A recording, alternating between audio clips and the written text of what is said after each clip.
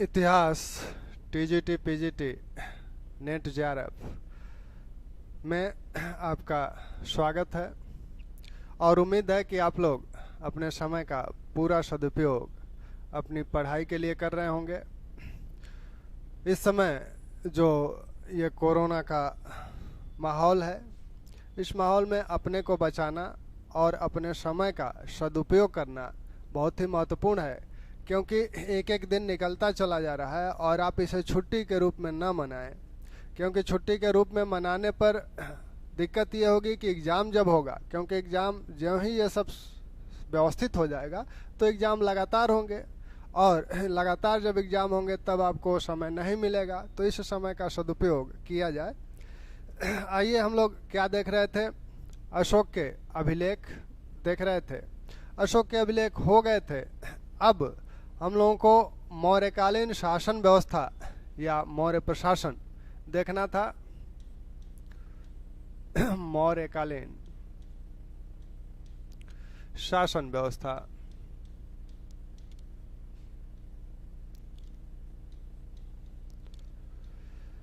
मौर्यकालीन शासन व्यवस्था के विषय में जानने के जो प्रमुख स्रोत हैं वो कौटिल्य का अर्थशास्त्र, मेगास्थनीज के इंडिका और अशोक के अभिलेख, ये प्रमुख स्रोत हैं। कौटिल्य जो कि चंद्रगुप्त मौर्य का पुरोहित और प्रधानमंत्री दोनों था, उसका मौर्यकालीन प्रशासनिक व्यवस्था में महत्वपूर्ण योगदान है, क्योंकि कौटिल्य ने अर्थशास्त्र लिखा। अर्थशास्त्र कोई इकोनॉमिक्स की पुस्तक नहीं है, बल्कि वह एक राजनीतिक पुस्तक है, राजनीति की पुस्तक है। अर्थशास्त्र का नामकरण करते हुए कौटिल्य ने क्या कहा था? उन्होंने कहा अर्थ का मतलब भूमि होता है और इस भूमि पर जनता निवास करती है और इसी से अपनी जीविकोपार्जन उपार्जित करती है। अब जब जीविकोपार्जन इसी से उसे प्राप्त होता है तो मनुष्य युक्त इस भूमि अर्थ की सुरक्षा की व्यवस्था करने वाला शास्त्र ही अर्थशास्त्र है।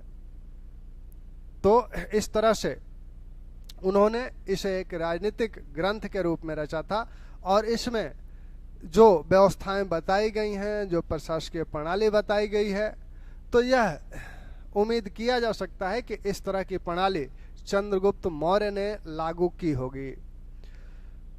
तो मौर्यकालीन शासन व्यवस्था या मौर्यकालीन प्रशासकीय व्यवस्था को स्थापित करने वाले चंद्रगुप्त मौर्य हैं, उन्हीं को यह श्रेय दिया जाता है। अशोक ने बाद में कुछ प्रशासकीय सुधार किया था, कुछ नए पदों का सृजन किया था और न्यायिक प्रणाली में कुछ सुधार किया था। तो ये जो कौटिल्य मौर्यकालीन शासन व्यवस्था के संस्थापक कौन माने जाएंगे? चंद्रगुप्त मौर्य।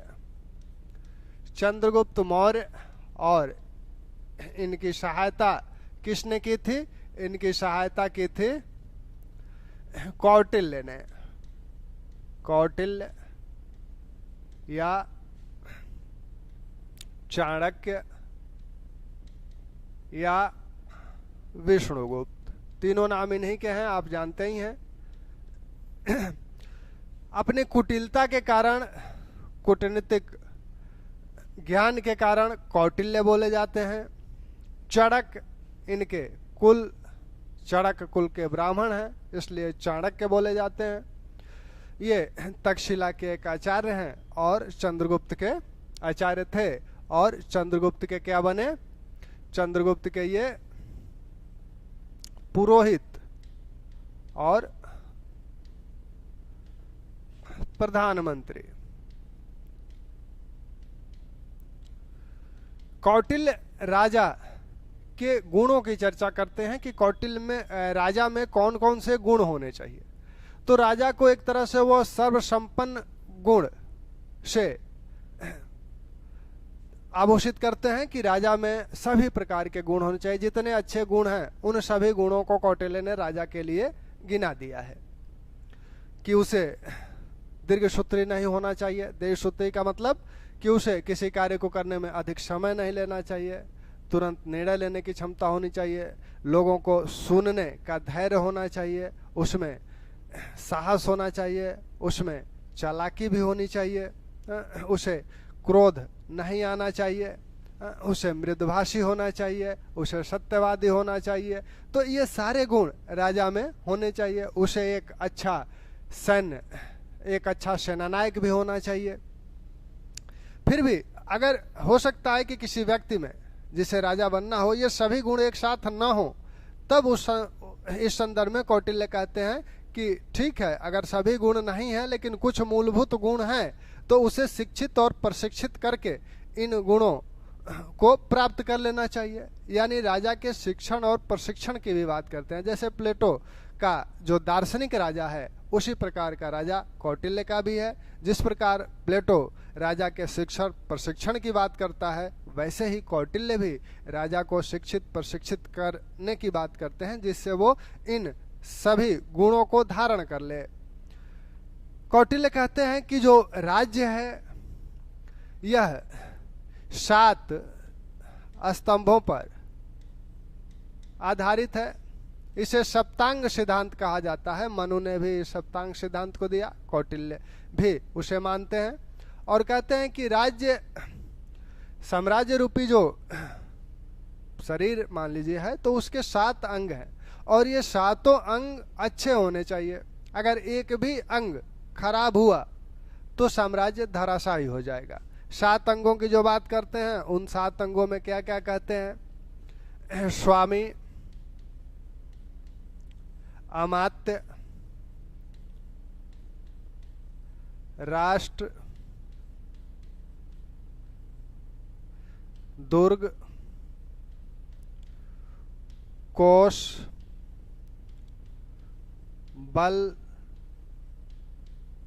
मित्र। स्वामी, अमात्य, स्वामी का मतलब राजा से है। अमात्य का मतलब, अमात्य शब्द जो है वह मौर्य काल में जो शासकीय अधिकारी थे, अधिकारियों के लिए एक सामान्य सा शब्द था। जैसे आज एक केंद्रीय अधिकारियों के लिए एक सामान्य सा शब्द आईएएस है, वैसे ही यह एक सामान्य सा शब्द था किसके लिए? पदाधिकारियों के लिए। तो अमात्य पदाधिकारी, राष्ट्र, दुर्ग, राष्ट्र की जो यानी जो साम्राज्य की सीमा है और सीमा के अंतर्गत जो जनता है वो राष्ट्र के अंतर्गत आ जाएगी। दुर्ग यानी किले, साम्राज्य की रक्षा के लिए विभिन्न स्थानों पर दुर्ग बनाए जाते थे। उन दुर्गों को ये सप्तांग में स्थान देते हैं और विभिन्न प्रकार के दुर्गों की बात भी कौटिल्य करते हैं कि कुछ दुर्ग ऐसे हैं जो पर्वतीय क्षेत्रों में बनाए जाते हैं, कुछ दुर्ग ऐसे हैं जो राजस्थानी रेगिस्तानी इलाकों में बनाए जाते हैं, कुछ दुर्ग ऐसे हैं जो दलदली और कटीले क्षेत्रों में होंगे जहां सेना रह के साम्राज्य की सुरक्षा कर सके। तो सुरक्षा के दृष्टिकोण से ये दुर्ग बनाए जाते हैं। कोष यानी राजकोष, बल यानी यहाँ इससे सेना से मतलब है, और मित्र साम्राज्य के अंदर भी राजा के मित्र हैं और साम्राज्य के बाहर कुछ जो पड़ोसी राज्य हैं वो भी राजा के मित्र होते हैं। तो इन्हीं पर साम्राज्य के ये प्रमुख अंग हैं और इनमें से अगर एक भी अंग खराब हुआ तो समझिए कि साम्राज्य का विध्वंस तय है। तो कौटिल्य इन सप्तांगों को ध्यान रखिएगा कि क्रम से ध्यान रखिएगा, क्योंकि ये क्रमानुसार हैं। ये भी पूछा जाता है कि कौटिल्य के सप्तांग में 6वें स्थान पर निम्न में से कौन है? तो स्वामी, अमात्य, राष्ट्र, दुर्ग, कोष, बल, मित्र, ये आपका क्रम है सप्तांग का। कौटिल्य कहते हैं राजा से कि राजा को सदैव जनता के कार्य हेतु तत्पर रहना चाहिए। यह बात मेगास्थनीज भी कहता है और मेगास्थनीज चंद्रगुप्त मौर्य के विषय में कहता है कि चंद्रगुप्त मौर्य सदैव जनता के कार्य के लिए तत्पर रहता था और जनता की समस्याओं को सुनता था। उसका जब शरीर मालिश किया जाता था तब भी वह जनता की समस्याओं को सुनता था। यहाँ तक कि जब वह बाल संवारता था तो वहाँ वह अपने दूतों को बुलाकर उनसे सूचनाएं प्राप्त करता था, उनकी बातें सुनता था। इसी प्रकार कौटिल्य भी कहते हैं कि जनता को सदैव, राजा को सदैव जनता की बात सुननी चाहिए। अगर जिस राजा का दर्शन दुर्लभ हो जाता है, जनता को दर्शन दुर्लभ हो जाता है, वह राजा क्या होता है कि उसके राज्य के जो अधिकारी हैं वो मनमानी करने लगते हैं, और इससे राजा पर क्या प्रभाव पड़ता है, या तो राजा के प्रति विद्रोह हो जाता है या शत्रु द्वारा पराजित होता है। तो कौटिल्य कहते हैं कि राजा को सदैव जनता की समस्याओं को सुनना चाहिए, जनता के बीच रहना चाहिए। अगर राजा का दर्शन दुर्लभ हो गया तो राजा या तो विद्रोह, उसके राज्य में विद्रोह हो जाएगा, विद्रोह से वह पदच्युत हो जाएगा, या फिर शत्रु उसे पराजित कर देंगे। मौर्यकालीन जो प्रशासकीय ढांचा है, शासन व्यवस्था का जो ढांचा है, उसमें अगर हम देखें तो इस ढांचे में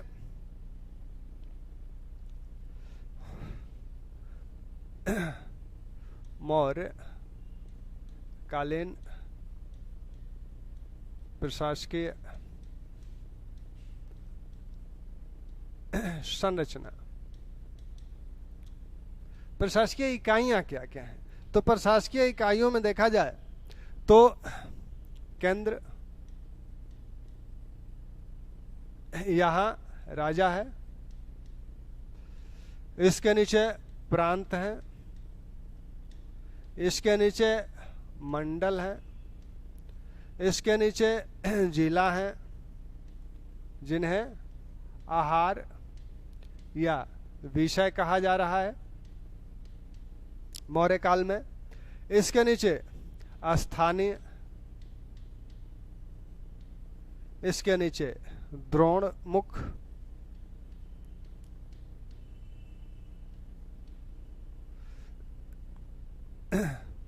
द्रोणमुख, फिर खरवटिक,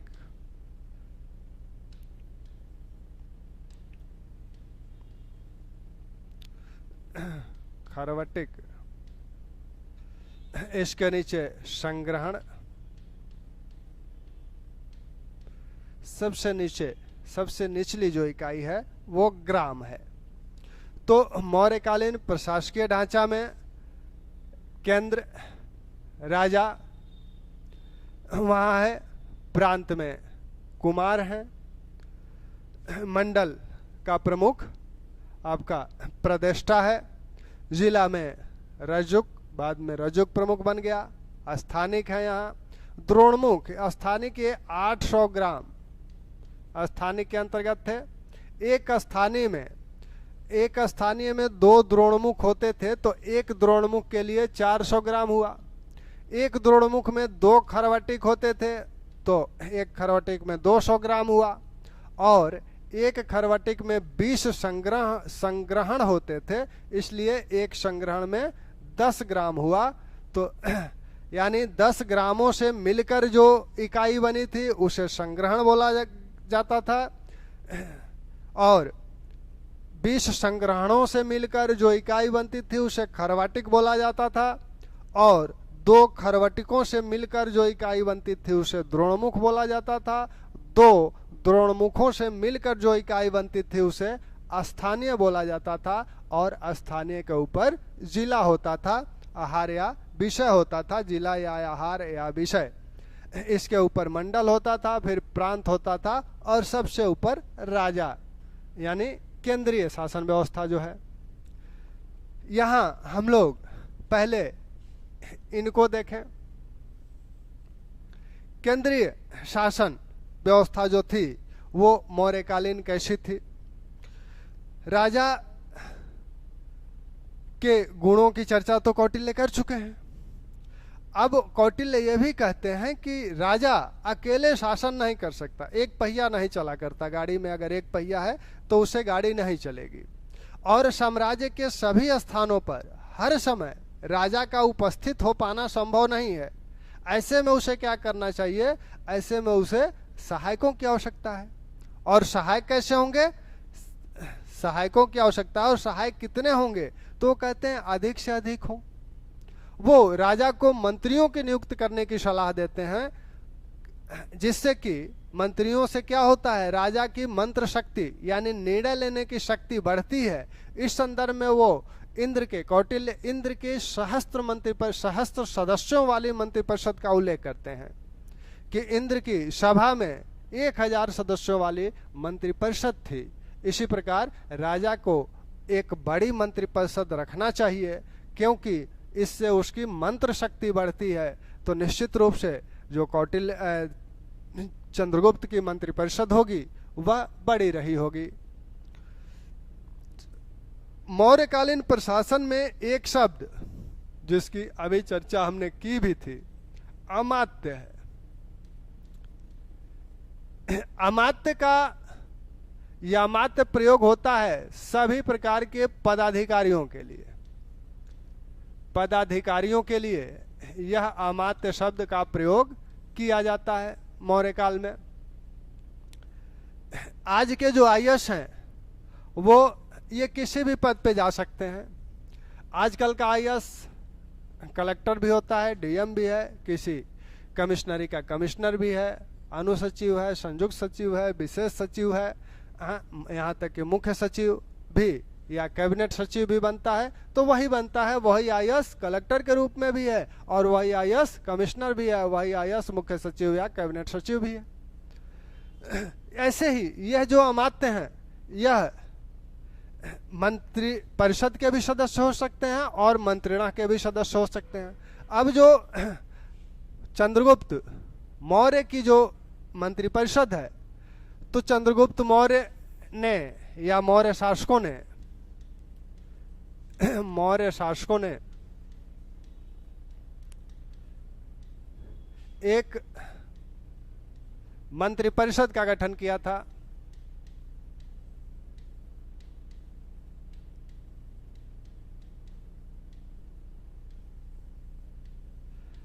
अब ये मंत्रिपरिषद में भी दो चीजें हैं। एक संस्था जो थी वह मंत्रिणा थी और एक संस्था आपकी मंत्रिपरिषद थी। आज जैसा कि वर्तमान संदर्भ में इसको हम देखें तो वर्तमान संदर्भ में क्या देखते हैं कि आज आप मंत्रिपरिषद को कैसे देखते हैं?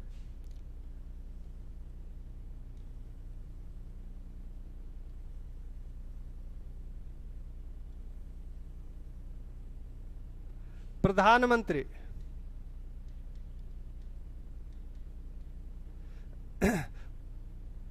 ये इसको आप किचन कैबिनेट की जो संज्ञा दी जाती है,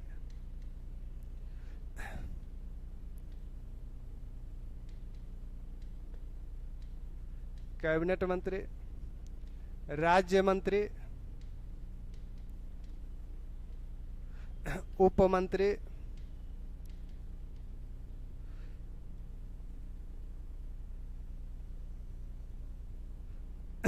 संसदीय सचिव।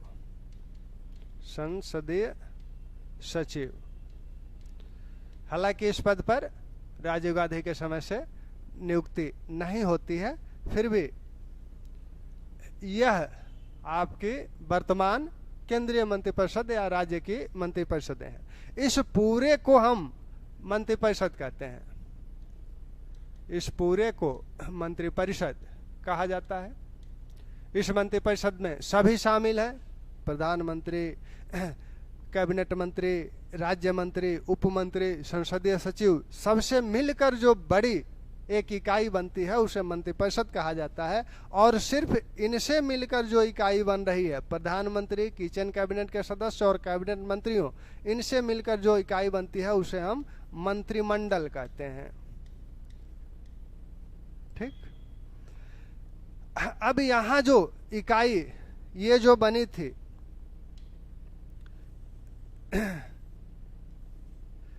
इसको देखिएगा।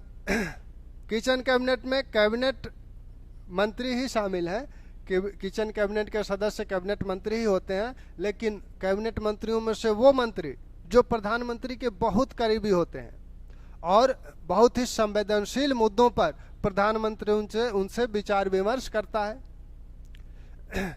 ये कैबिनेट, सभी कैबिनेट मंत्री जिस इकाई का निर्माण करते हैं उसे मंत्रिमंडल कहा जाता है। यहाँ मंत्रिणा में मंत्रिपरिषद के कुछ सदस्य मंत्रिणा में शामिल हैं। मूलतः 4 से 5 सदस्य मंत्रिणा के सदस्य होते थे, जैसे प्रधानमंत्री, युवराज, सेनापति, सन्निधाता। इनको माना जाता है कि इनसे मिलकर मंत्रिणा बनती थी। यानी मंत्रिणा में कौन कौन शामिल होता था? प्रधानमंत्री, इस प्रधानमंत्री उस प्रधानमंत्री में अंतर है, इतना ध्यान रखिएगा। युवराज, सेनापति और सन्निधाता। ये 4 लोगों से मिलकर यह मंत्रिणा बनती थी। और यानी इस मंत्रिणा की तुलना आप किससे कर सकते हैं? इस मंत्रिणा की तुलना इस मंत्रिमंडल से कर सकते हैं। मंत्रिपरिषद की तुलना इस मंत्रिपरिषद से कर सकते हैं। तो मौर्यकालीन व्यवस्था में ये चीजें देखने को मिलती है। अब मंत्रिणा के सदस्य करते क्या हैं? मंत्रिणा के जो सदस्य हैं उनका उत्तरदायित्व तो क्या है, कर्तव्य क्या है? आत्यायिक विषयों पर राजा उनसे सलाह लेता था। आत्यायिक विषय क्या है? यानी जिन विषयों पर तत्काल निर्णय, तुरंत निर्णय लेना आवश्यक हो, जिन विषयों पर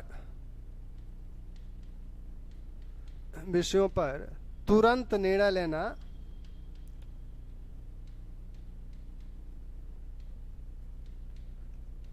आवश्यक हो, उन विषयों को आत्यायिक विषय बोला जाता है। तो मंत्रिणा के सदस्यों से ही राजा इस आत्यायिक विषय पर सलाह लेता था। इनसे विचार विमर्श करके उस पर निर्णय लिए जाते थे। यानी राजा के ये मंत्री बहुत ही करीबी थे। जो अमात्य हैं, इन अमात्यों में से ही जो योग्य हैं उन्हें मंत्रिपरिषद में शामिल किया जाता है। उनसे भी जो योग्य हैं उन्हें मंत्रिणा का सदस्य बनाया जाता है। यानी मंत्रिपरिषद के ही सदस्य मंत्रिणा के भी सदस्य हैं। ये चारों मंत्रिपरिषद के भी सदस्य हैं। जैसे कि यहाँ आप देख रहे थे, मंत्रिपरिषद के सदस्य कैबिनेट मंत्री तो है ही, साथ में वह मंत्रिमंडल का भी सदस्य है। तो जो सर्वाधिक योग्य अमात्य होते थे उन्हें मंत्रिणा में शामिल किया जाता था। उनसे थोड़े से कम जो योग्य होते थे उन्हें आपके मंत्रिपरिषद का सदस्य बनाया जाता था। उनसे भी थोड़ा सा कम जो योग्य होता था उसे विभिन्न विभागों के अध्यक्ष बनाया जाता था। जिन विभागाध्यक्षों की चर्चा अर्थशास्त्र में हुई है, तो वो विभागाध्यक्ष भी यही अमात्य बनाए जाते हैं। अब इस योग्यता का निर्धारण कैसे होगा कि कौन सा अमात्य कितना योग्य है? तो इसके लिए अर्थशास्त्र में बताया गया है कि उपधा परीक्षण किया जाता था। यानी एक प्रकार की, जैसे आज यूपीएससी एग्जाम लेता है या यूपीपीसीएस एग्जाम लेता है पदाधिकारियों की नियुक्ति के संदर्भ में, इस तरह के एग्जाम तो नहीं होते थे, लेकिन एक उपधा परीक्षण होता था जिसमें उपधा परीक्षण, जिससे इनकी योग्यता का परीक्षण किया जाता था। अब यह उपधा परीक्षण किन किन चीजों में होता था, किस प्रकार से होता था? तो उपधा परीक्षण जो किया जाता था यह धर्म, अर्थ, काम, इन सभी से किया जाता था। उपधा परीक्षण का मतलब है गुप्त रूप से किसी का परीक्षण करना। जैसे किसी का कोई अगर मंत्री बनाया गया है तो उसका उपधा परीक्षण इस प्रकार से किया जाता है कि मान लीजिए राजा का कोई पुरोहित है, वह छद्म रूप से ये कहा जाता है कि आप ये कह दो कि हम त्यागपत्र दे के जा रहे हैं, राजा हमारी बात नहीं मान रहा है। फिर वह पुरोहित जाकर मंत्री से मिलेगा और कहेगा यार राजा बड़ा खराब आदमी है, पता नहीं उल्टा सीधा क्या क्या काम करता रहता है, हमारी इससे नहीं बनती है, हम तो इसका विरोध करेंगे। अब चल रहे हैं एक सेना वगैरह का गठन करके इसका विरोध करने, इसको हटा के ही दम लेंगे। अगर वह मंत्री इसमें हामी भर देता है तो समझ लीजिए कि वह मंत्री पद के योग्य नहीं है। अगर वह हामी नहीं भरता है और वह इसकी बातों में नहीं आता है, वह कहता है कि अरे नहीं राजा बहुत अच्छे आदमी हैं, इतना अच्छा कार्य कर रहे हैं जनता के लिए, जनता के प्रति बिल्कुल समर्पित हैं, अपने कर्मचारियों अपने पदाधिकारियों पर भी पूरा नियंत्रण रखते हैं, अगर इस तरह की बातें करता है तो वह उपदा परीक्षण में सफल माना जाएगा। तो इस प्रकार से परीक्षण किए जाते थे और तब इनकी नियुक्तियां होती थी। तो ये परीक्षण की विधि भी मौर्य काल में थी। अब मंत्रिपरिषद की जो बात हो रही है कि मंत्रिपरिषद में जो सदस्य हैं, अब इनको जो अमात्य जो बात की जा रही थी, इन्हें यूनानी लेखक इन अमात्यों को क्या कह रहे हैं? सभासद या निर्धारक। निर्धारक, वो इन अमात्यों को सभासद या निर्धारक कह रहे हैं। यानी अगर ये कहा जाए कि यूनानी लेखकों ने सभासद की संज्ञा किसे दी है या निर्धारक की संज्ञा किसे दी है, तो वो ये अमात्य हैं। और इन्हीं अमात्यों में से विभिन्न उच्च पदों पर लोगों की नियुक्तियां भी होती थी। यानी इस तरह से एक तरह से कहें तो पदोन्नति भी मौर्य साम्राज्य के अंतर्गत मौर्य प्रशासकीय व्यवस्था में होती थी। अब यह जो मंत्रिपरिषद है, कौटिल्य के अर्थशास्त्र में इस मंत्रिपरिषद की उल्लेख जो किया गया है कि इंद्र की सहस्त्र सदस्यों की मंत्रिपरिषद का उल्लेख हुआ है। यानी कहने का अर्थ यह है कि राजा को एक बड़ी मंत्रिपरिषद रखनी चाहिए। क्यों रखनी चाहिए उसको हम अभी बताए ही। राजा को एक बड़ी मंत्रिपरिषद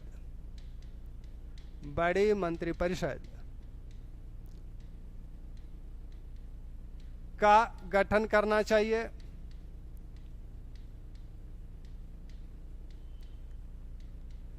इस संदर्भ में कौटिल्य इंद्र की सहस्त्र सदस्यों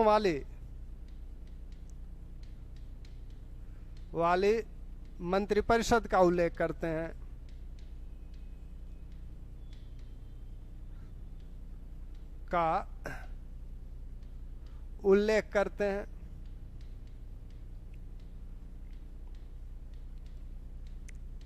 तो यह मंत्रिपरिषद एक बड़ी मंत्रिपरिषद रही होगी चंद्रगुप्त के समय, ऐसा माना जा सकता है। अर्थशास्त्र में तीर्थों का उल्लेख है। तीर्थ विभागों के लिए प्रयोग किया गया शब्द है। अर्थशास्त्र में जिस तीर्थ शब्द का प्रयोग किया गया है, यह शब्द किसके लिए प्रयोग किया गया है? यह शब्द विभागों के लिए प्रयोग किया गया है। विभाग या फिर विभागीय प्रमुखों के लिए, विभाग या विभागीय प्रमुखों के लिए यह तीर्थ शब्द प्रयोग किया गया है। अर्थशास्त्र में 18 तीर्थों का उल्लेख है कि 18 तीर्थ थे, यानी 18 विभाग थे और इन 18 विभागों के प्रमुखों का नाम बताया गया है। इन्हें ही हम मंत्रिपरिषद के सदस्य मान सकते हैं। तो 18 जो तीर्थ बताए गए हैं, इन 18 तीर्थों को ध्यान दीजिएगा। ये 18 तीर्थ जो हैं,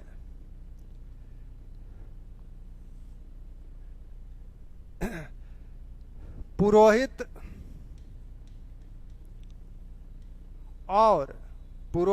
और प्रधानमंत्री।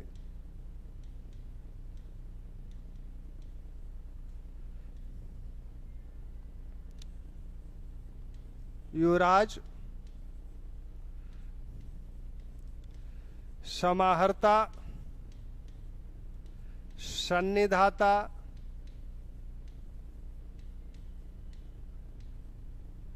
सन्निधाता,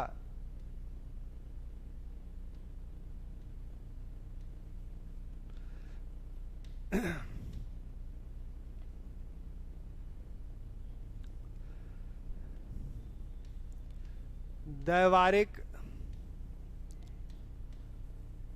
अंतर वशिक, आटविक, कार्मांतिक,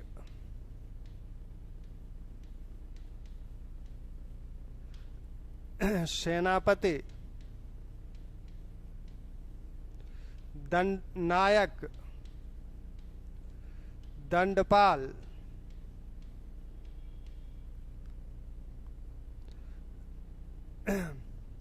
दुर्गपाल,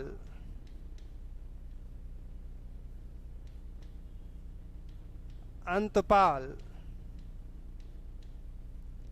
प्रशास्ता। कितने हुए?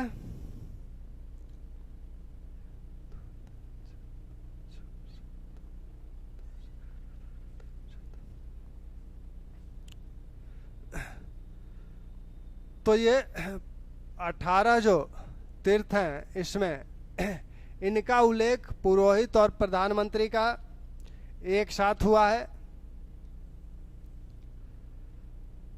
चंद्रगुप्त का पुरोहित और प्रधानमंत्री दोनों पद एक ही व्यक्ति को संभवतः दिया जाता था, इसीलिए इन दोनों पदों का एक साथ उल्लेख हुआ है। चंद्रगुप्त का पुरोहित और प्रधानमंत्री कौन था? चंद्रगुप्त के पुरोहित और प्रधानमंत्री कौटिल्य थे। ये कौटिल्य कुछ समय तक बिंदुसार के भी थे, बिंदुसार के समय में भी कुछ समय तक रहे थे। बाद में बिंदुसार, जब कौटिल्य संन्यास ग्रहण कर लिए, वानप्रस्थ में चले गए, तब बिंदुसार ने खल्लाटक को अपना पुरोहित और प्रधानमंत्री बनाया। अशोक ने क्या किया कि इस पुरोहित पद को समाप्त कर दिया। माना जाता है कि अशोक ने पुरोहित पद को समाप्त कर दिया। अब अशोक के समय सिर्फ प्रधानमंत्री पद रहा, तो अशोक का प्रधानमंत्री जो था वह राधगुप्त था। अशोक का प्रधानमंत्री राधगुप्त था। चंद्रगुप्त के पुरोहित और प्रधानमंत्री कौटिल्य थे। बिंदुसार के समय भी कुछ दिनों तक कौटिल्य थे। कौटिल्य के वानप्रस्थ में चले जाने के पश्चात खल्लाटक प्रधानमंत्री बना और संभवतः पुरोहित भी था। अशोक के समय में पुरोहित का उल्लेख नहीं मिलता, तो ऐसा माना जाता है कि अशोक ने पुरोहित पद को समाप्त कर दिया था। अब सिर्फ प्रधानमंत्री ही अकेले था। ये अशोक ने इस पद पर राधगुप्त को नियुक्त किया था। अशोक को सम्राट बनाने में, राजा बनाने में राधगुप्त का महत्वपूर्ण रोल रहा था, क्योंकि बिंदुसार के समय राधगुप्त एक मंत्री था। यह जुराज का काम था राजा को राज कार्य में सहायता प्रदान करना, सहायता प्रदान करना। संभवतः युवराज पद एक तरह से प्रशिक्षण का पद था। समाहर्ता यह राजस्व विभाग का प्रमुख है, और एक तरह से इसे आप कहें तो ये वित्त मंत्री है। यह राजस्व विभाग का प्रमुख है। राजस्व एकत्रण का निरीक्षण करता है, आय व्यय का ब्यौरा रखता है, और इस रूप में यह वित्त मंत्री है। मौर्यकालीन आर्थिक व्यवस्था में देखा जाएगा कि वित्त मंत्री क्या कार्य करते थे। यहाँ मौर्यों का जो वित्तीय वर्ष शुरू होता था वो आषाढ़ मास से शुरू होता था। जैसे आज भारत का वित्तीय वर्ष जो शुरू होता है 1 अप्रैल से शुरू होता है, वैसे ही मौर्यों का जो वित्तीय वर्ष था वह आषाढ़ मास से शुरू होता था और आषाढ़ में ही समाप्त होता था। सन्निधाता यह कोषाध्यक्ष था, यह राजकीय कोषागार का प्रमुख था, कोषाध्यक्ष था। दैवारिक राज दरबार की देखरेख करता था।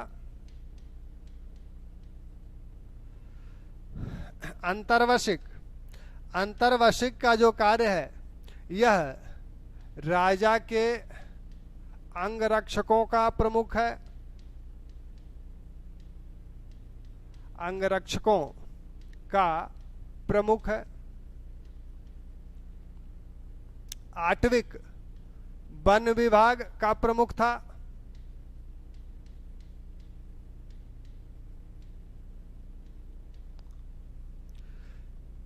कर्मांतिक यह उद्योग विभाग का प्रमुख था, उद्योग धंधों का प्रमुख था।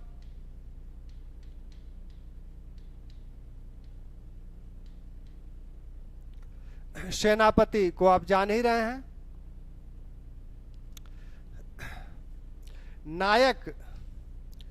नायक जो है यह सेना का संचालन करता था। सेनापति आवश्यक नहीं कि सेनापति किसी युद्ध का संचालन भी करे, युद्ध का नेतृत्व भी करे। सेनापति का कार्य था सेना का प्रबंधन करना। सेना का प्रबंधन सेनापति का कार्य था और सेना का संचालन नायक द्वारा किया जाता था। यह जो दंडपाल है, दंडपाल क्या करता था? दंडपाल यह सैन्य सामग्रियों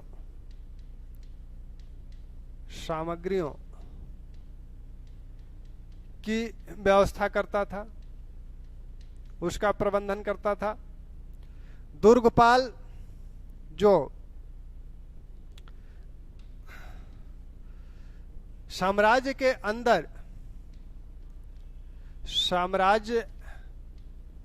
अंदर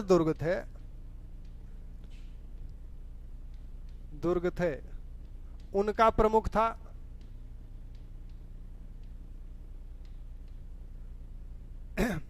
यह अंतपाल जो है सीमा पर स्थित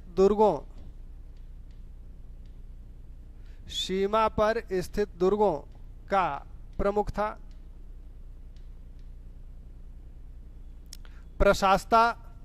प्रशास्ता का जो कार्य है यह राजकीय अभिलेखों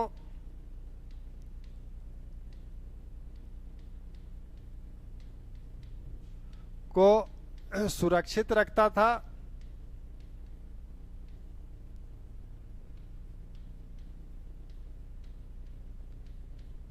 तथा राजकीय अभिलेखों को सुरक्षित रखता था और क्या करता था? और राजकीय आदेशों को लिपिबद्ध कराता था। राजकीय आदेशों को लिपिबद्ध कराता था।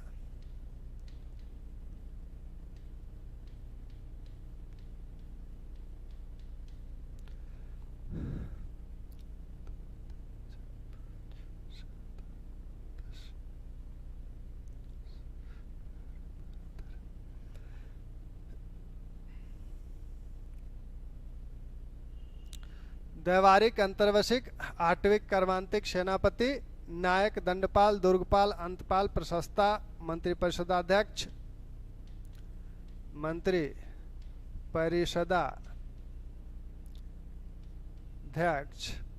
यह मंत्रिपरिषद का अध्यक्ष होता था। तो ये जो तीर्थ हैं इसमें प्रमुख हैं पुरोहित, प्रधानमंत्री, युवराज, समाहर्ता राजस्व विभाग का प्रमुख है, और वित्त मंत्री है, सन्निधाता कोषाध्यक्ष है, दैवारिक राज दरबार की देखरेख करता है, राज दरबार में नियुक्त कर्मचारियों की भी देखरेख करता है, अंतर्वशिक राजा के अंगरक्षकों का प्रमुख है, आटविक वन विभाग का प्रमुख है और कर्मांतिक उद्योग धंधों का प्रमुख है। सेनापति सेना का प्रबंधन कर रहे हैं, नायक सेना का संचालन करता था, दंडपाल सैन्य सामग्री की व्यवस्था करता था, दुर्गपाल साम्राज्य के अंदर दुर्ग जो थे उनका प्रमुख था, अंतपाल सीमा पर स्थित दुर्गों का प्रमुख था, प्रशासता राजकीय अभिलेखों को सुरक्षित रखने की जिम्मेदारी इसकी थी, साथ ही राजकीय आदेशों राजा द्वारा जो आदेश दिए जाते थे उनको लिपिबद्ध कराता था, मंत्री परिषद अध्यक्ष मंत्री परिषद का अध्यक्ष था। तो इन तीर्थों में आपने जिन तीर्थों को देखा, अब इन तीर्थ आपके 18 हैं, ये हो कितने रहे हैं?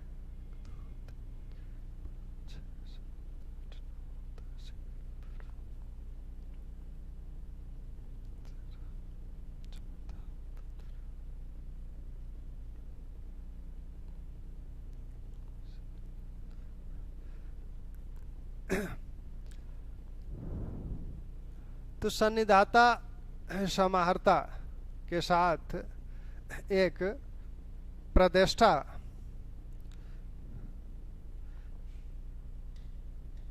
प्रदेष्टा और व्यवहारिक, ये जो प्रदेष्टा हैं ये क्या है? प्रदेष्टा का कार्य है, ये फौजदारी न्यायालय का प्रमुख है और ये दीवानी न्यायालय के प्रमुख हैं।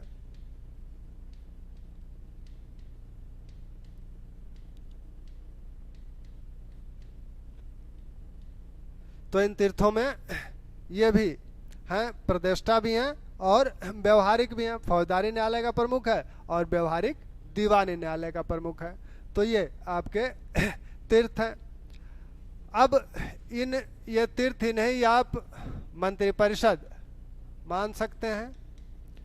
तो ये मंत्रिपरिषद के सदस्य एक तरह से कह सकते हैं। मंत्रिपरिषद के सदस्यों का जो वेतन है वो 12,000 पण है और मंत्रिणा के सदस्यों का जो वेतन था वह 48,000 पण था। 48,000 पण है। मंत्रिणा के सदस्यों का वेतन 48,000 पण और मंत्रिपरिषद के सदस्यों का वेतन 12,000 पण है। तो ये केंद्रीय व्यवस्था में मंत्रिणा और मंत्रिपरिषद की भूमिका प्रमुख है। अब इनका कार्य क्या है? मंत्रिपरिषद के मंत्रिणा के तो कार्य आपने देख लिया, आत्यायिक विषयों पर उनसे सलाह ली जाती थी। मंत्रिपरिषद के कार्य क्या है? इस मंत्रिपरिषद का उल्लेख अशोक के अभिलेखों में परिषा के रूप में हुआ है। अशोक के अभिलेखों में परिषा के नाम से हुआ है, उसे परिषा बोला गया है। 6वें शिलालेख में अशोक कहता है कि अगर किसी विषय पर मंत्रिपरिषद के सदस्यों के बीच मतभेद होता है तो इसकी तत्काल सूचना मुझे दी जाए। अंतिम निर्णय जो होता था राजा का ही होता था, लेकिन अगर किसी राजकीय आदेश का कुछ सदस्य, मंत्रिपरिषद के कुछ सदस्य विरोध कर रहे हैं तो राजा अशोक कहता है कि इसकी सूचना तुरंत मुझे दी जाए। और उसके बाद इसकी सूचना प्राप्त होने के बाद अशोक या राजा जो निर्णय करेगा वही मान्य होगा, वही सर्वमान्य होगा। तो अंतिम निर्णय भले राजा का है, लेकिन मंत्रिपरिषद को इतना अधिकार है कि अगर कुछ गलत निर्णय किया गया है तो उसका वह विरोध कर सकती है। और इस मंत्रिपरिषद के अधिकार को देखिए, युवराज के अधिकार को देखिए। अशोक के समय ही दिव्यावदान में जो बात कही गई है कि अशोक ने क्या किया कि बौद्ध संघ को बहुत दान देने लगा। तो बहुत जब दान देने लगा तब उसने पूछा कि सबसे अधिक बौद्ध संघ को दान किसने दिया है। तो लोगों ने बताया महाराज एक जो व्यापारी था अनाथ पिंडक, उसने सर्वाधिक दान दिया है। तो अशोक ने कहा कि ठीक है, कम से कम उतना या उससे अधिक तो हम भी दान देंगे ही देंगे। तो वह दान दिया, लेकिन कुछ 10 करोड़ शायद रुपया बच गया था। तो उसने राजकीय कोष से इतना धन देने को कहा कि संघ को इतना धन राजकीय कोष से ट्रांसफर किया जाए। यह बात जब मंत्रिपरिषद के सदस्यों को पता लगी तो उन लोगों ने कुणाल जो युवराज थे उनका कान भरा कि महाराज जो है सारा धन संघ को दान देने जा रहे हैं, महाराज अब कितने दिन रहेंगे, आपको भुगतना पड़ेगा। तो कुणाल ने उसको रोक दिया, धन जो दिया जा रहा था उस पे उसने रुकवा दिया। और अशोक जो दान संघ को देता था उस पर भी नियंत्रण स्थापित किया गया, उसे भी प्रतिबंधित किया गया। यहाँ तक कि वह उसके जो भोजन दिए जाते थे वो भी उठा के संघ को दान कर देता था, उसको भी कम कर दिया गया। अंत में सिर्फ एक आंवला दिया गया, उस आंवले में भी वह जो है उसे भी संघ को दान किया, कहा कि इस समय मेरे पास यही है। तो इस प्रकार अगर कुछ गलत निर्णय किए जाते हैं तो मंत्रिपरिषद उसका विरोध कर सकती थी। 6वें शिलालेख में मंत्रिपरिषद द्वारा कुछ मतभेद उत्पन्न होता है तो उसकी चर्चा, उसकी तुरंत सूचना राजा को देने की बात कही गई है। यानी विरोध उत्पन्न होना, यानी मंत्रिपरिषद में वाद विवाद होता होगा तभी विरोध उत्पन्न होगा।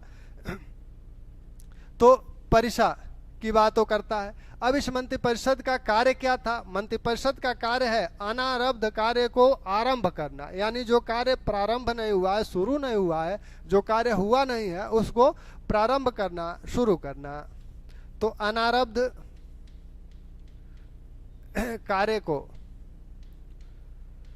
प्रारंभ करना और प्रारंभ हुए कार्य को पूरा करना। प्रारंभ हुए कार्य को पूरा करना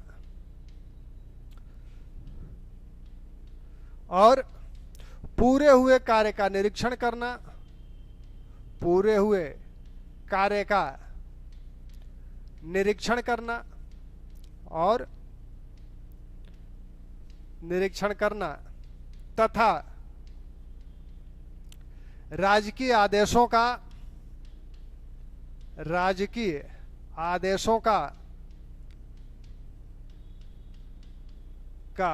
कठोरता से अनुपालन करवाना।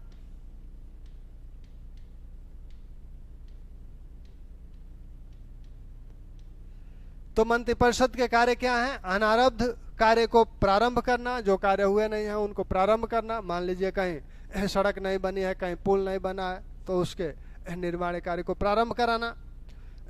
प्रारंभ हुए कार्य को पूरा कराना। अगर कोई कार्य प्रारंभ हो चुका है, पूरा नहीं हो रहा है, तो उसे पूरा कराना। पूरे हुए जो कार्य पूरा हो चुका है उसका निरीक्षण करना कि ढंग से हुआ है कि नहीं, और राजकीय आदेशों का कठोरता से अनुपालन करवाना। ये मंत्रिपरिषद का कार्य है। मंत्रणा का कार्य है आत्यायिक विषयों पर राजा को सलाह देना, और मंत्रिपरिषद के कार्य ये हैं। मंत्रणा के सदस्यों का वेतन 48,000 पण है। पण आप सिक्का में देख चुके हैं कि पण क्या है? मौर्यकालीन चांदी का सिक्का है, और यह मौर्यकाल का मानक सिक्का है, तो चांदी का सिक्का है। मौर्यकालीन जो अधिकारी हैं उन्हें वेतन तो प्राप्त होता ही होता था, पेंशन भी दी जाती थी, उनकी पदोन्नति भी होती थी। तो ये अब इतने मंत्रियों पदाधिकारियों से मिलकर केंद्रीय शासन चलता था। केंद्रीय शासन में एक और पदाधिकारी आपको देखने को मिलेंगे, कौटिल्य, उनका जिक्र करते हैं अध्यक्षों के रूप में, विभागाध्यक्षों के रूप में। तो कौटिल्य द्वारा 27 विभागाध्यक्षों का उल्लेख किया गया है, जैसे शीताध्यक्ष, आकराध्यक्ष, पौत्वाध्यक्ष, मुद्राध्यक्ष, मानाध्यक्ष, संस्थाध्यक्ष, सूनाध्यक्ष, सूत्राध्यक्ष, तो इस तरह के लक्षणाध्यक्ष, इस तरह के अध्यक्षों का उल्लेख हुआ है। ये अध्यक्ष क्या करते थे? ये अध्यक्ष छोटे छोटे विभागों के अध्यक्ष थे, जैसे सीताध्यक्ष है। राजकीय भूमि, राजकीय कृषि योग्य भूमि का अध्यक्ष है, उस पर खेती वगैरह कराता है। आकराध्यक्ष ये खानों का अध्यक्ष है। विविताध्यक्ष चारागाहों का अध्यक्ष है। लक्षणाध्यक्ष राजकीय जो टकसाल हैं उनका अध्यक्ष है। तो इस प्रकार के अध्यक्षों का उल्लेख है। इन्हीं अध्यक्षों को यूनानी जो लेखक हैं वो ओवरसियर्स कहते हैं। तो अध्यक्षों की बात अब कल कर ली जाएगी। इतना मंत्रिणा और मंत्रिपरिषद और जो केंद्रीय शासन व्यवस्था है ये देखा जाए। कल मौर्यकालीन प्रशासकीय व्यवस्था पूरी कर ली जाएगी। थैंक्स।